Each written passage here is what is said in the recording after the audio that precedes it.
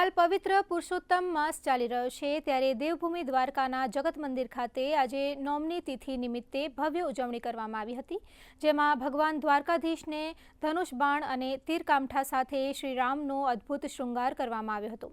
સાથે જ મંદિરમાં બિરાજતા પરસોત્તમ રાયજી ભગવાનને પણ વિશેષ શૃંગાર કરવામાં આવ્યો હતો। આ પાવન પ્રસંગે મોટી સંખ્યામાં શ્રદ્ધાળુઓ ઉમટ્યા હતા। 12 મહિનાના ઉત્સવ ઉજવવામાં આવે છે।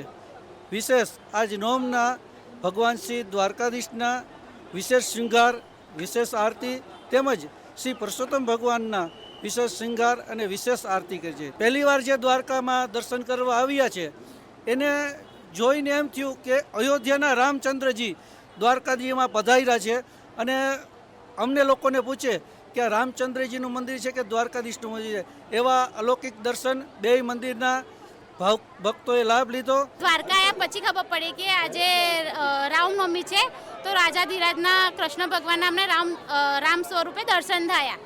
ભીડ છે પણ દર્શન થઈ ગયા અને મજા આવી દર્શન કરવામાં।